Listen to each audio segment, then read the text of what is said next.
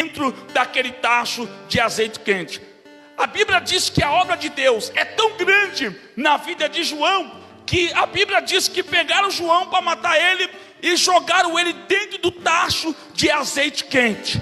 A unção de Deus era tão grande na vida de João, que a Bíblia diz que de vez o tacho quente fritar ele, a unção de Deus na vida dele é tão grande que ele ficou ileso, porque o azeite que estava dentro era mais quente do que o azeite que estava fora. Não, vou repetir, era para você pegar. João não morreu porque o azeite que estava dentro dele era mais quente do que o azeite que está dentro fora.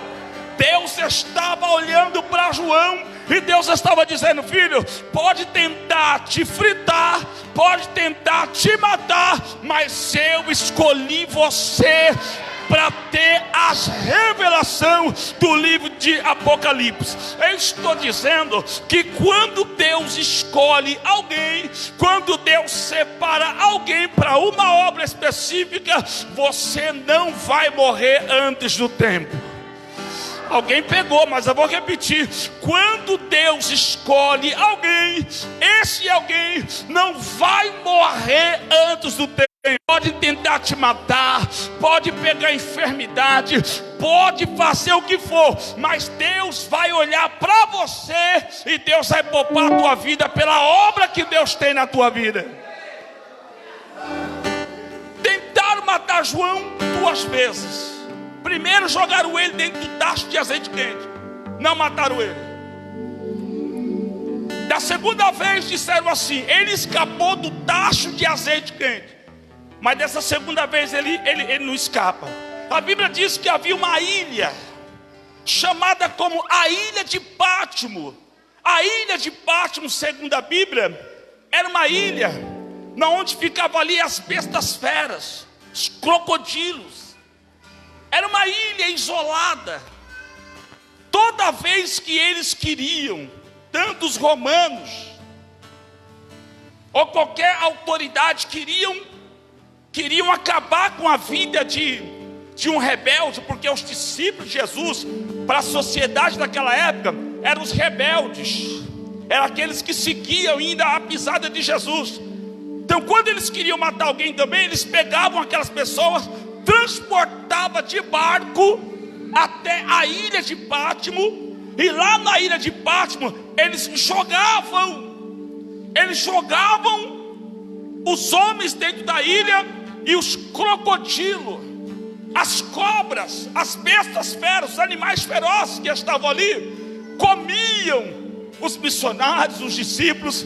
E pegaram Paulo e disseram: Paulo, você escapou do azeite de tacho quente, mas eu quero ver se você escapa da ilha de Pátimo. Pegaram ele, transportaram ele para dentro da ilha de Pátimo, colocaram Paulo dentro da ilha de Pátimo. E a Bíblia vai nos dizer, João melhor dizendo, quando colocam João dentro da ilha de Pátimo, achando que ele ia morrer, ele mesmo, se você ler lá em Apocalipse, nesse capítulo, você vai ver que ele mesmo achou que ele iria morrer.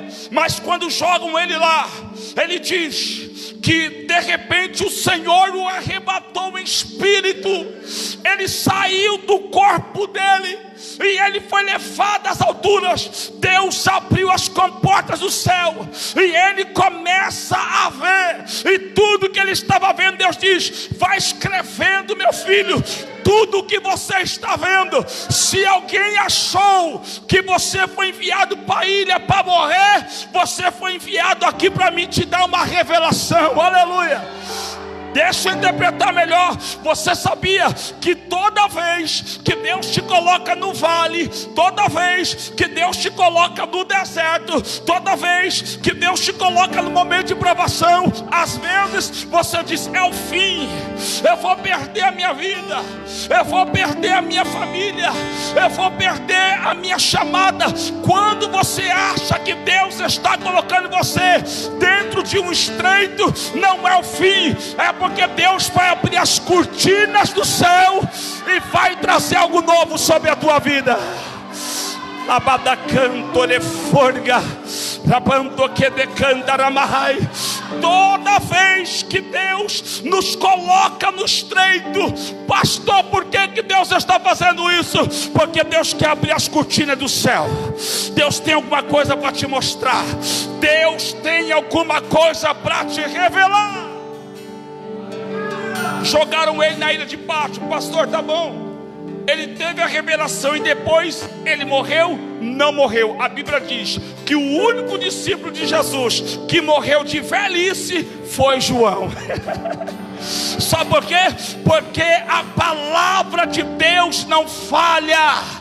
A palavra do homem pode falhar, a palavra do advogado pode falhar, a palavra do médico pode falhar, a palavra do presidente da república pode falhar, a palavra do seu patrão pode falhar, a palavra do seu melhor amigo pode falar, mas a Bíblia vai nos dizer que a última palavra ela é de Deus, e a palavra de Deus não fala. Aquilo que Deus ele fala, ele bate o martelo, está falado, pronto, acabou. Vai acontecer aquilo que Deus falou.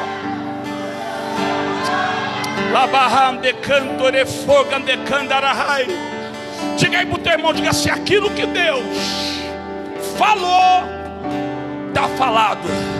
Diga, vai acontecer. Diga, vai acontecer muitas coisas na tua vida. Mas diga, você está debaixo de uma palavra. Diga, você está debaixo de uma palavra. Sabe o que Deus está dizendo? Não tem deserto, não tem prova, não tem homem, não tem perseguição, não tem demônio, não tem obra de macumbaria, não tem nada. Não tem nada que vai impedir de Deus fazer na tua vida aquilo que Ele determinou que iria fazer.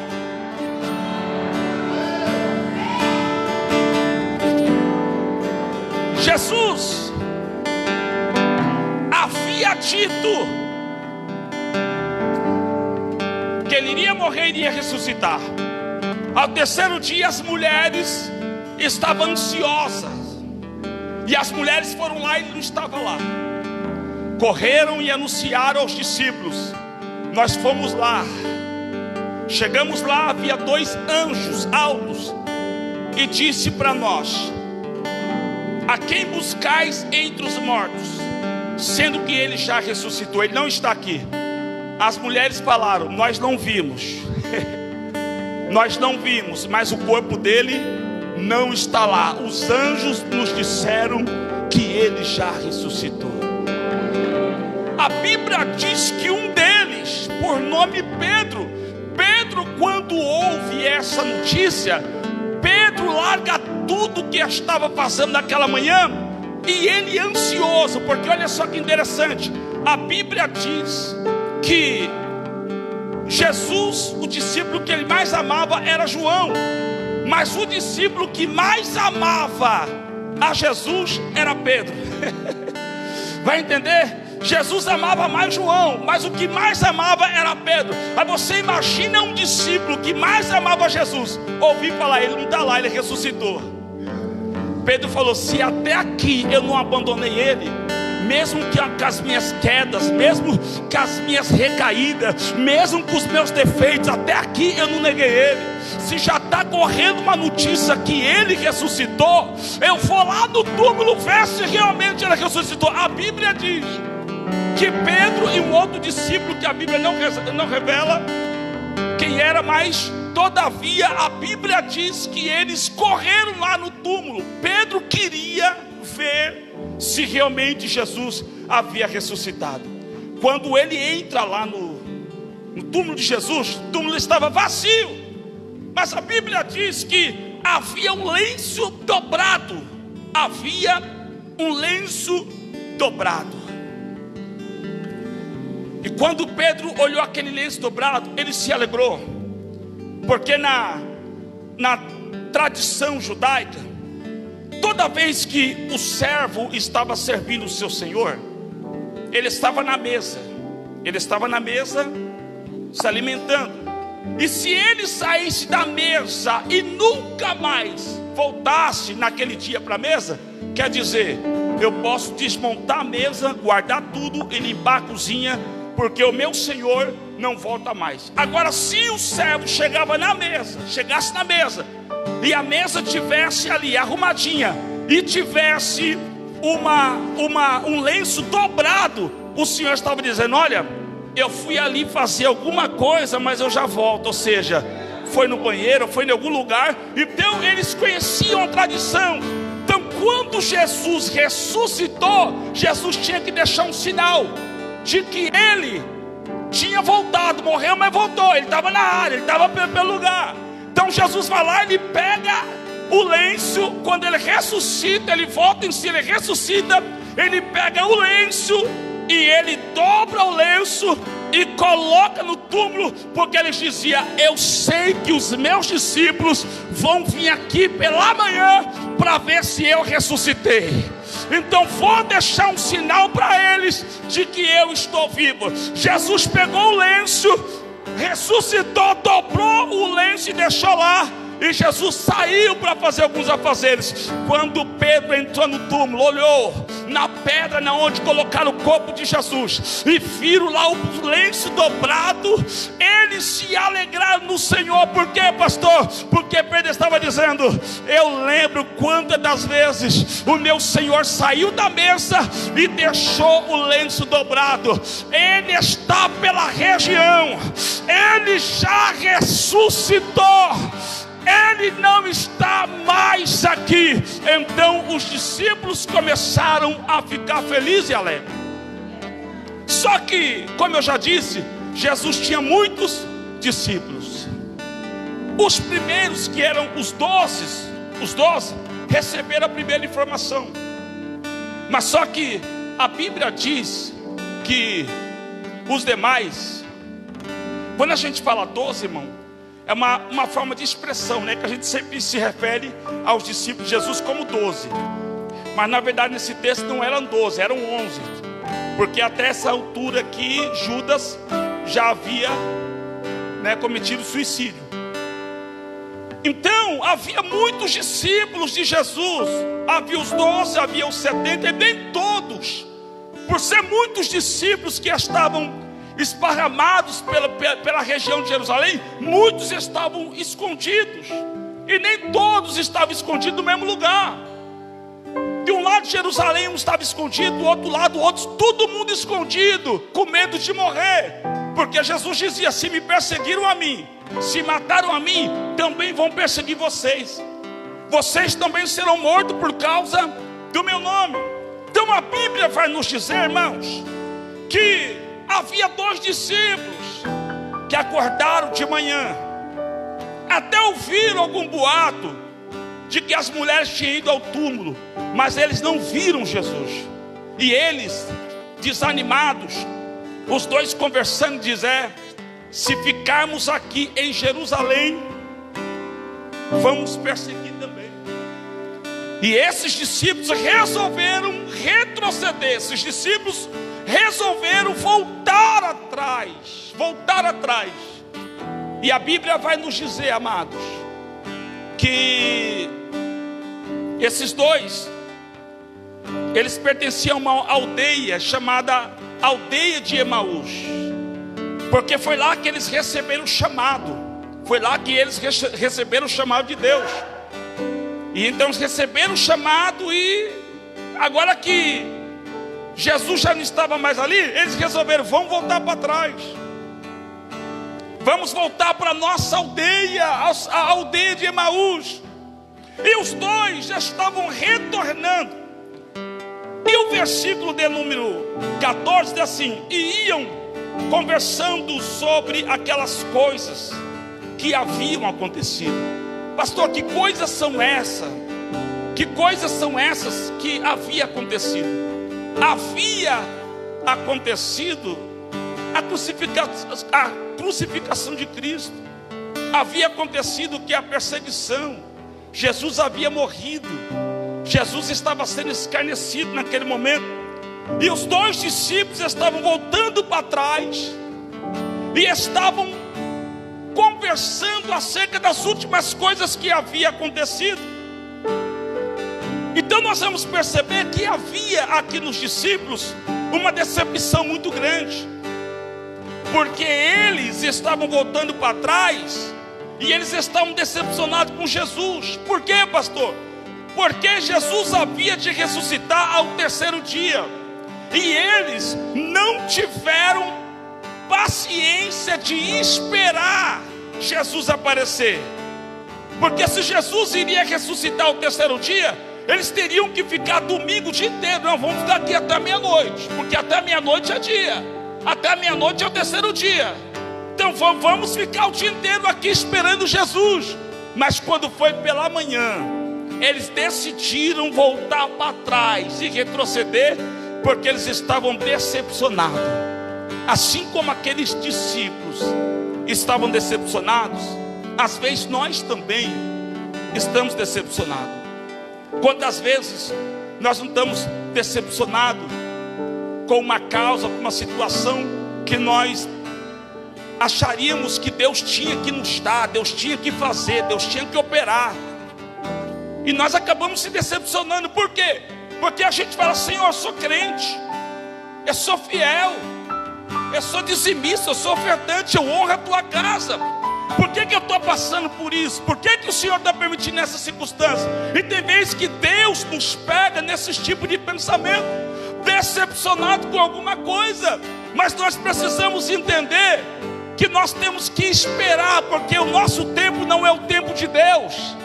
Por causa de algumas horas, eles estavam quase se perdendo, porque não esperou o tempo de Deus.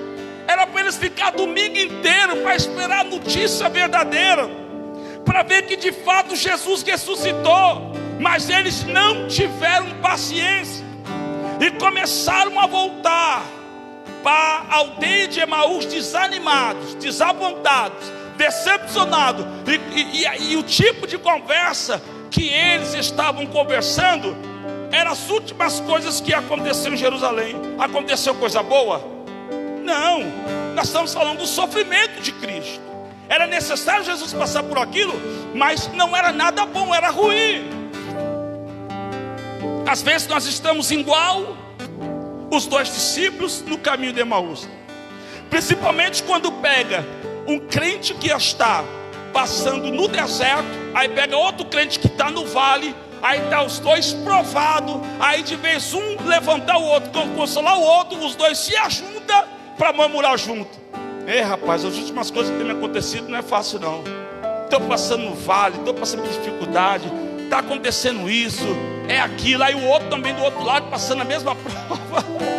De vez de dar uma palavra de ânimo para levantar o outro, aí o outro do outro lado, todo desanimado, começa a dizer também: rapaz, também estou passando na prova, fiquei desempregado e estou passando por esse processo, a minha causa da justiça. Aí os dois se ajuntam e vai começar a acontecer, vai começar a falar dos últimos acontecimentos. Isso era isso que ele estava dizendo. E os dois resolveram voltar para trás. Os dois resolveram retroceder, porque os dois estavam no mesmo sentimento, estavam vivendo a mesma situação, e eles então decidiram voltar para trás. Mas a Bíblia vai nos dizer no versículo 15: enquanto conversava e discutiam, o próprio Jesus se aproximou e passou a caminhar com eles. Eu vou repetir isso daqui. Enquanto conversava e discutiam, o próprio Jesus se aproximou e passou a caminhar com eles. Porque tem crente que pensa que Jesus vai estar com ele só nos momentos bons. Tem crente que pensa que Jesus vai compartilhar com ele da sua vida só nos momentos alegres. Tu está enganado, irmão. Até no momento que ele sabe que você não compreende o trabalhar dele, até no momento que ele sabe que você não compreende o agir dele, até nesses momentos que nós estamos descrentes, às vezes estamos decepcionados com alguma coisa, com alguma situação, até mesmo com a igreja, mas Jesus jamais deixa de caminhar conosco. A Bíblia diz que eles estavam tristes, eles estavam cabisbaixos, discutindo, conversando das últimas coisas que aconteceram em Jerusalém. E a Bíblia diz: e Jesus se aproximou deles e passou a caminhar com eles. Eles decepcionados, eles tristes, eles cabisbaixos, mas mesmo assim Jesus estava andando com ele. Por quê, pastor? Porque Jesus sabia muito bem, se Jesus não aparecesse no caminho de Emaús, ele iria perder 2 discípulos, porque eles estavam determinados: eu vou parar, eu vou desviar, vou largar o ministério, vou largar a toalha, vou retroceder, vou entregar tudo, parei de ser discípulo. Mas como Jesus não perde para o diabo, aleluia, eu vou repetir para você da glória, como Jesus não perde para o diabo, Jesus deixou tudo o que ele estava fazendo e falou: eu preciso ir lá no caminho de Emaús, eu preciso ir lá no caminho de Emaús. Deixa eu falar uma coisa para você. Quantas das vezes você achou que não ia parar? Quantas das vezes você falou para você mesmo: eu vou parar de ir para a igreja, eu vou parar de ser crente, eu vou abandonar tudo. E você falou na sua mente: hoje é o último dia que eu sirvo a Deus. Mas aí você veio para a igreja achando que era o seu último dia, e aí Jesus se aproximou de você no caminho de Emaús, e aquele dia que você acharia que seria o último dia, era o recomeço de uma caminhada. Era o recomeço de uma caminhada. Por quê, pastor? Porque Jesus não desiste de ninguém, Jesus não abre mão de ninguém. Você pode até estar passando por um momento difícil, mas Ele está do seu lado. Você não está vendo, mas Ele está do seu lado. Você não está vendo, mas Ele está caminhando do seu lado. Você não está vendo, mas Ele estará ao seu lado. O Senhor está aqui nesse lugar.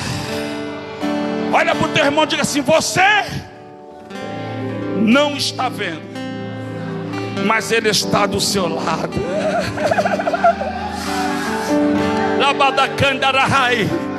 Diga para o teu irmão assim: nos momentos mais difíceis, seus amigos vão te abandonar, as pessoas que você gosta vão te abandonar. Diga: mas Jesus não. Diga: Jesus estará com você. Jesus não vai te abandonar, crente. Olha aqui para mim. Jesus não perde para o diabo. Jesus não perde, irmãos. A Bíblia diz que Jesus apareceu. Jesus apareceu e começou a caminhar com eles. Olha só que forte isso daqui. Versículo 16. Mas os olhos deles estavam como que fechados para o não reconhecer. Eles estavam tão cegos espiritualmente que a mente deles já estavam cauterizada no retornar, no voltar para trás, no abandonar tudo. E a Bíblia vai dizer, irmãos, que Jesus se aproximou e começou a andar com eles no caminho. E aí, quando Jesus começou a andar com eles, os olhos deles estavam como que tampados, fechados, a ponto deles não reconhecer que era Jesus. Jesus se aproximou para eles. Jesus era mais um peregrino que vinha de Jerusalém. Tem momento na nossa vida que os nossos olhos espirituais estão tão fechados, que nós estamos vivendo às vezes momentos tão ruins, momentos tristes, sabe? A gente fica tenso, irmão Tiago. A gente fica entre a cruz e o punhal. E é nesse momento que a gente começa a fazer perguntas para Deus. Deus, por que isso? Deus, por que aquilo? Deus, por que está acontecendo? Senhor, eu tenho acreditado, eu tenho feito campanha, eu tenho subido no monte, eu tenho me dedicado. Por que está acontecendo isso? Porque nós olhamos para nós e a gente não vê motivos. Porque a gente procura se alinhar com Deus. Só que os nossos olhos estão tão fechados que Jesus está do nosso lado, e nós não estamos o enxergando. Jesus não está nós não estamos enxergando, assim, Jesus está do lado e nós não estamos enxergando. Para nós não está acontecendo nada, Jesus nos abandonou, Jesus nos deixou, nada está acontecendo. Nós estamos igual o moço do profeta Eliseu.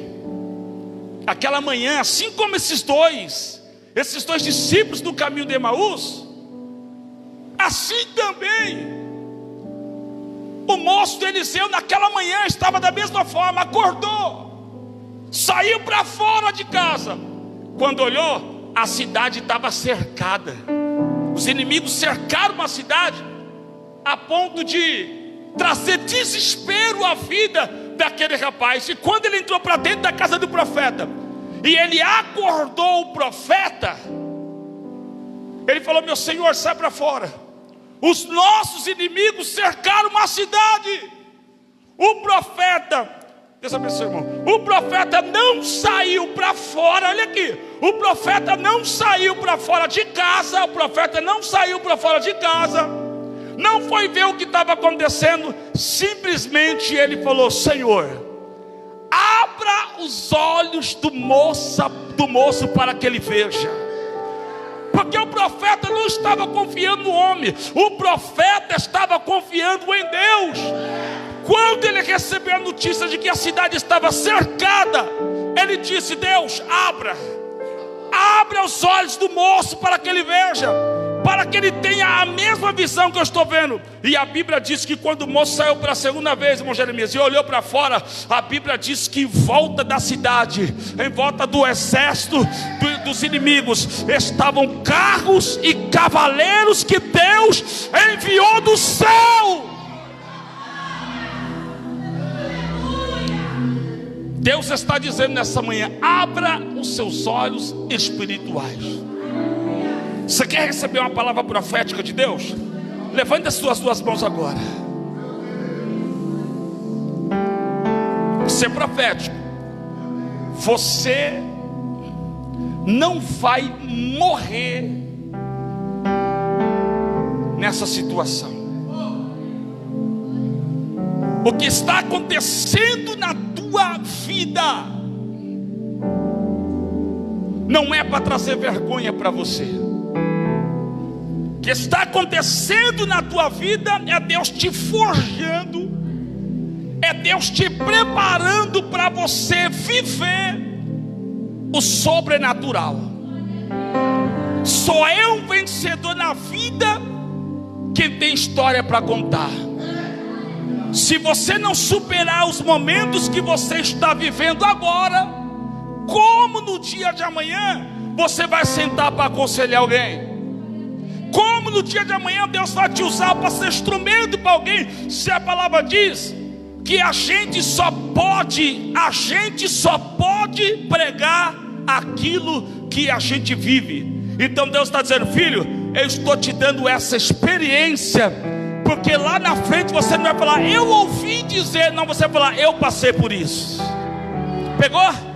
Lá na frente você vai dizer assim: não, eu ouvi um testemunho do fulano. Você fala: não, eu sou um testemunho vivo, que um dia eu estava no vale, que um dia eu estava rejeitado, que num dia eu queria entregar tudo, eu estava na provação, todas as portas se fechou, mas o meu Deus a quem eu sirvo apareceu, pegou na minha mão, me colocou de pé, e aquela situação que parecia ser vergonha foi uma dupla honra. Deus está dizendo: haverá uma dupla honra na sua vida, haverá uma dupla honra na sua vida, e o nome do Senhor vai ser glorificado. Por quê, pastor? Porque Deus vai começar a escrever uma nova história.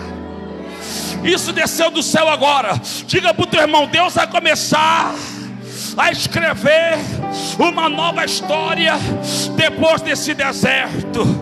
Amém? Depois do caminho de Emaús, a história daqueles homens passaram a ser mudada. É, pastor, é. Para quem estava, olha, para quem estava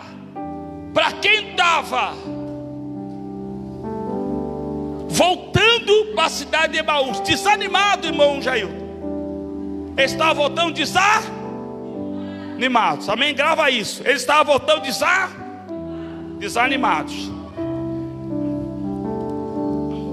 Olha o que diz o versículo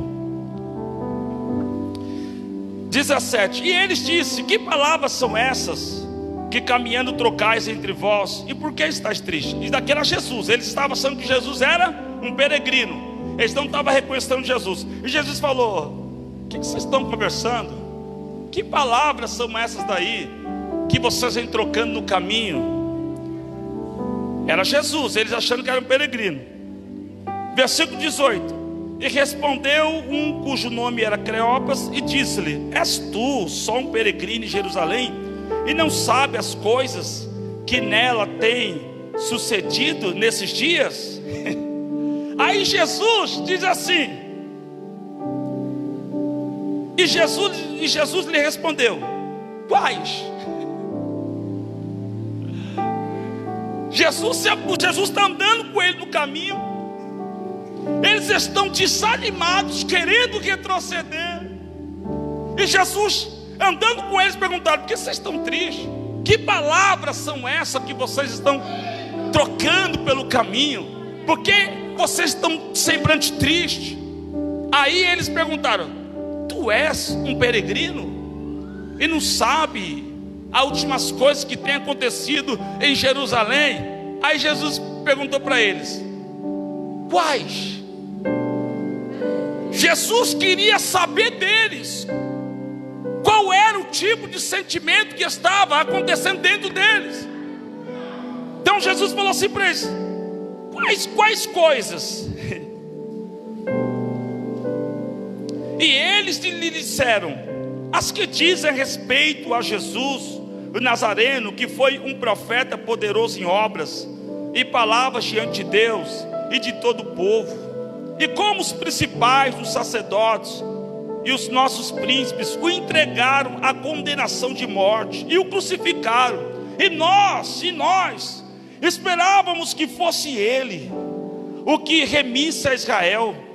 Mas agora, com tudo isso, é já hoje o terceiro dia desde que essas coisas aconteceram. É verdade que também algumas mulheres dentre nós nos maravilharam, as quais de madrugada foram a um sepulcro e não achando o seu corpo, voltaram dizendo que também tinha visto uma visão de anjos que diziam que ele vive. E alguns dos que estavam conosco foram ao sepulcro e acharam ser assim como as mulheres haviam dito, porém não viram. E ele lhe disse, Jesus, E ele disse, Jesus: nerços e tardos de coração, para crer tudo o que os profetas disseram. Porventura, não convinha que o Cristo padecesse essas coisas e entrasse na sua glória?